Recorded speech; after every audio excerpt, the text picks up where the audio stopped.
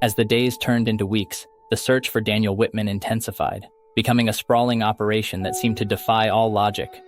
The thick swampland of Everglades National Park seemed to have swallowed him whole, leaving behind nothing more than a trail of unanswered questions. Isabelle Whitman, consumed by worry and desperation, found herself at the heart of the search effort. She spent her days coordinating with the search and rescue teams, trying to piece together any clue or lead that might shed light on her brother's mysterious disappearance. The sense of helplessness gnawed at her, and she couldn't shake the feeling that whatever or whomever was responsible was far more sinister than she had imagined possible. Weeks turned into months, and still there was no sign of Daniel. The exhaustive search, aided by boats and ATVs, combed through every nook and cranny of the park. They had even enlisted the help of experienced trackers from nearby Seminole tribes, who knew the Everglades like the back of their hands.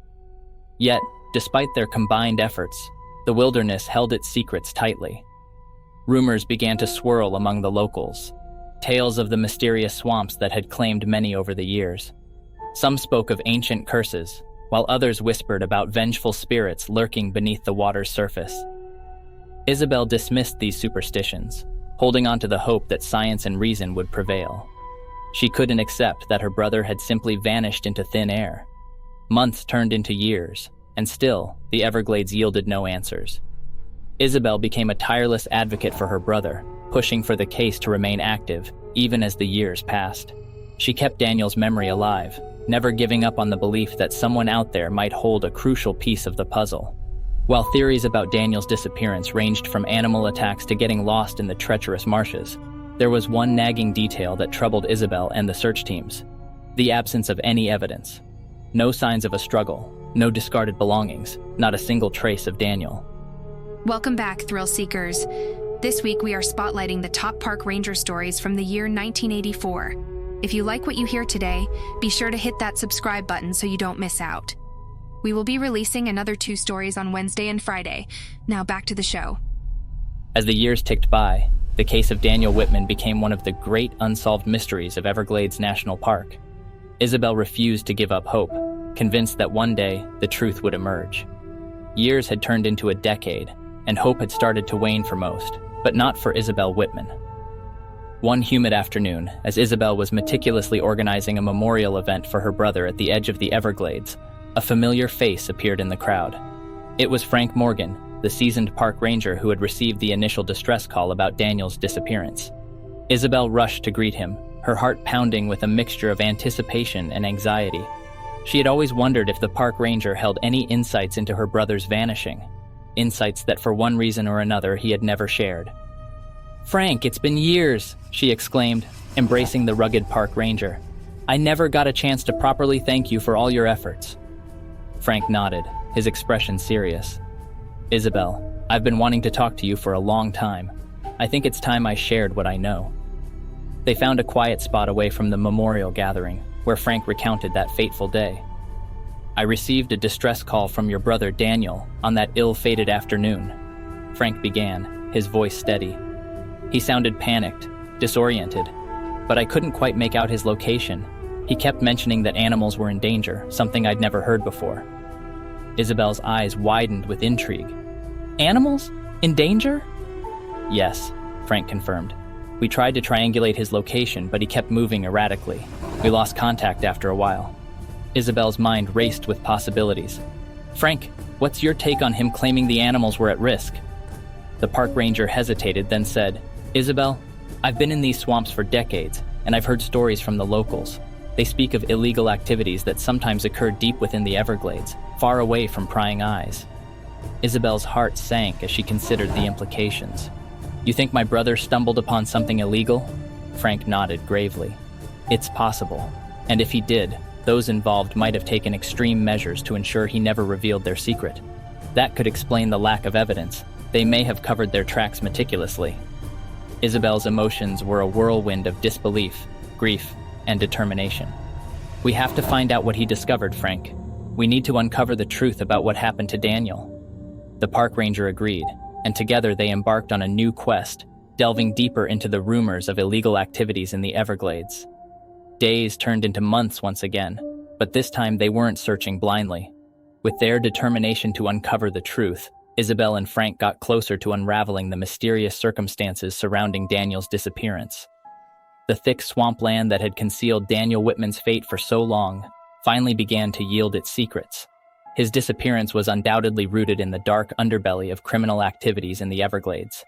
As Isabelle and Frank delved deeper into their investigation, they began piecing together a dark and unsettling puzzle that seemed almost too sinister to believe. The more they probed, the clearer it became that Daniel had stumbled upon an illegal operation known as Leonidas II. Their evidence was a patchwork of clues, whispers, and hidden documents, each more shocking than the last. Together, they discovered a trail of connections that linked this operation to high-ranking officials within the government's secret services. It wasn't long before they were able to piece together that renowned neuroscientist, Dr. Evelyn Marks, was the mastermind behind the project. Digging further, Isabelle and Frank uncovered testimony from a few whistleblowers who had managed to escape the clutches of this operation. These individuals had once been part of the research team working with Dr. Marks. They revealed that the experiments were aimed at enhancing animal intelligence and physical capabilities to an unprecedented level, with the goal of using these augmented creatures to aid the armed forces.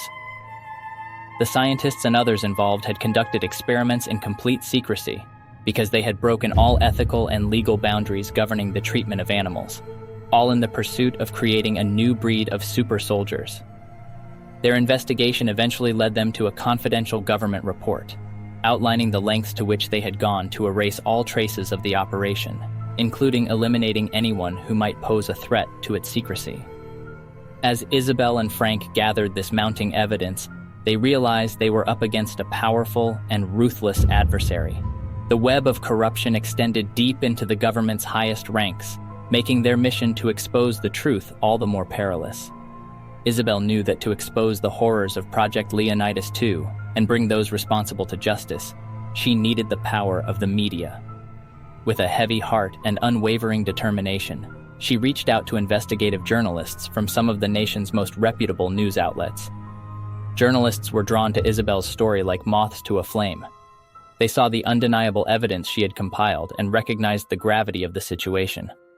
One by one, they began to tell the story of Daniel's disappearance, the illegal operation in the heart of the Everglades, and the unimaginable suffering endured by the captives. Television screens across the country flickered to life with images of the cruel experiments, the hidden laboratories, and the faces of those who had suffered in silence for over a decade. Isabelle, with tearful determination, appeared in countless interviews, sharing her brother's story and the evidence she had uncovered. The nation couldn't turn away from this shocking revelation. Citizens from all walks of life rallied behind Isabelle's cause, their voices united in a chorus of outrage and demand for justice. Protests erupted outside government buildings. As the evidence was presented to the public, the pressure on officials grew insurmountable. They knew they had to take matters into their own hands and conduct an extensive investigation. A special task force was formed, comprised of seasoned investigators and prosecutors dedicated to unraveling the truth. Months passed as they sifted through mountains of evidence, interviewed witnesses, and tracked down the individuals involved in Project Leonidas II. The scale of the operation was staggering, and the crimes committed were beyond comprehension. Finally, the day of reckoning arrived. The courtroom was packed to capacity, with the nation watching as the defendants were brought to justice one by one.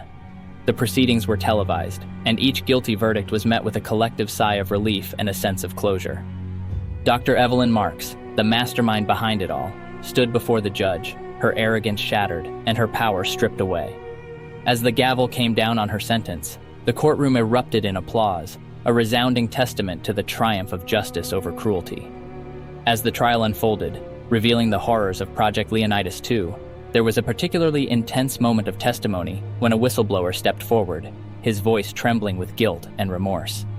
He admitted that for years, the captives of Project Leonidas II had been kept hidden from the world, and Daniel Whitman was among them. Isabelle's heart was pounding as the whistleblower continued to speak. She listened in disbelief as he revealed the horrifying extent of their captivity. They had been hidden away in an underground facility, deep within the Everglades, far from prying eyes. The emotional weight of this revelation was crushing. For over a decade, Isabelle and her family had believed that Daniel was lost forever, that he had perished in the unforgiving swamps of the Everglades.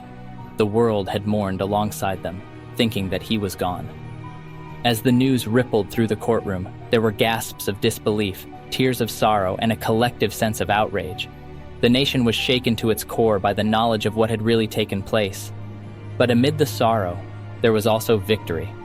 Daniel, once believed to be lost, was now found. Isabelle's tears flowed freely as she embraced her brother, their tearful reunion an emotional moment of pure relief and joy.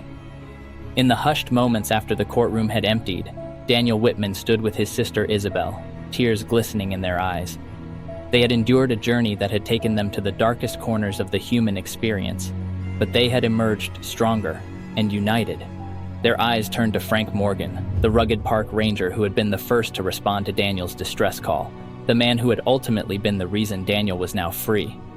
Frank approached them, a humble yet warm smile on his face. His eyes, like Isabelle's and Daniel's, held the weight of years of longing and pain. Isabelle reached out and embraced Frank, her voice trembling with gratitude. "Frank, you were the first to hear Daniel's call for help. Without you coming forward and talking about your doubts, none of this would have been possible." Frank returned the embrace, his voice choked with emotion. "Isabelle, I always believed in finding the truth, and it's your unwavering determination that brought us here today." Daniel, still adjusting to the reality of freedom, stepped forward. He held out a hand to Frank, and the two men shook hands firmly.